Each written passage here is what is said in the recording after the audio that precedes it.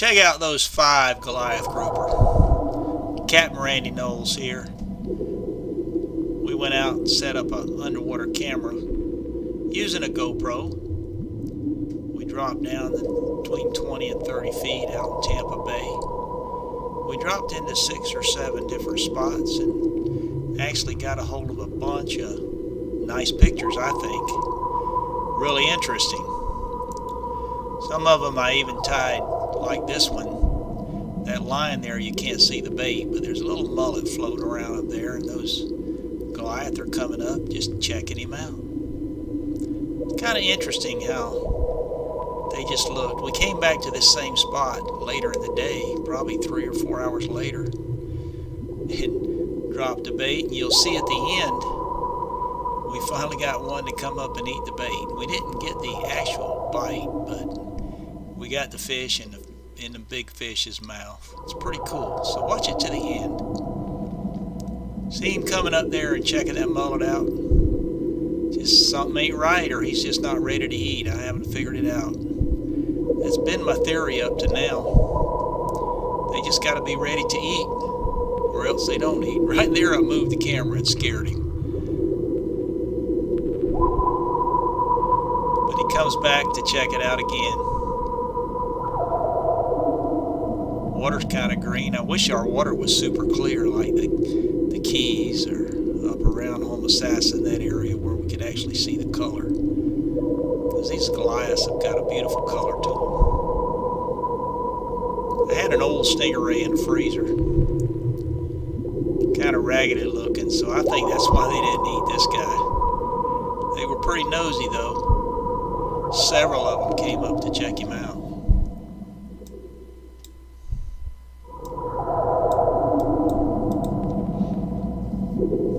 They just come up and look at him, and I don't know whether it's the looks or maybe he smells funny.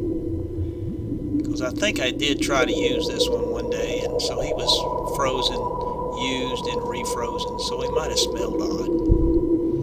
Look at that face. Isn't that cool?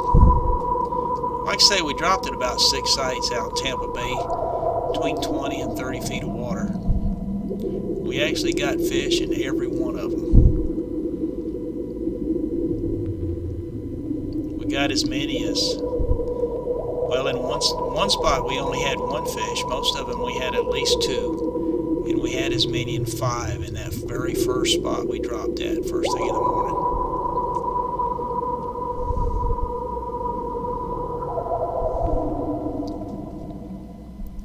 And then we also picked up a whole bunch of angelfish. It's kind of curious where all the angelfish was.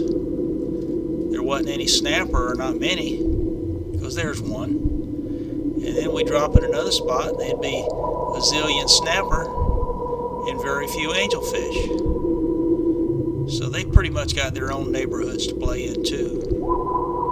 Oh, check out this guy. You can really see some nice color on that one. Well, not really color, it's all kind of shades of green. Our green water here in Tampa Bay. Oh, and look at here, we even picked up some tarpon. We were seeing them on the surface, looked like about 2.5 foot long. And then when we got back home, we got to look and we got surprised by these tarpon swimming by the camera. I don't have control over the camera. It's just down there. Got a neat little rig up with a chunk of lead and a piece of PVC pipe and a rope. I'm using the current kind of as a rudder to point it. Oh, now check this guy out. It's one of the spots. This is the bite we almost got. Fish was floating off to the right side. I just got it tied on with a light piece of line. And right there he struck at him. And then next thing you know, he strikes at him again. What's curious though, I've always thought when they sucked them in, they sucked them all the way down. But if you noticed, he only had a piece of that mackerel sticking out of his mouth. Be sure and check it out, Captain Randy Knowles. Check me out on YouTube too.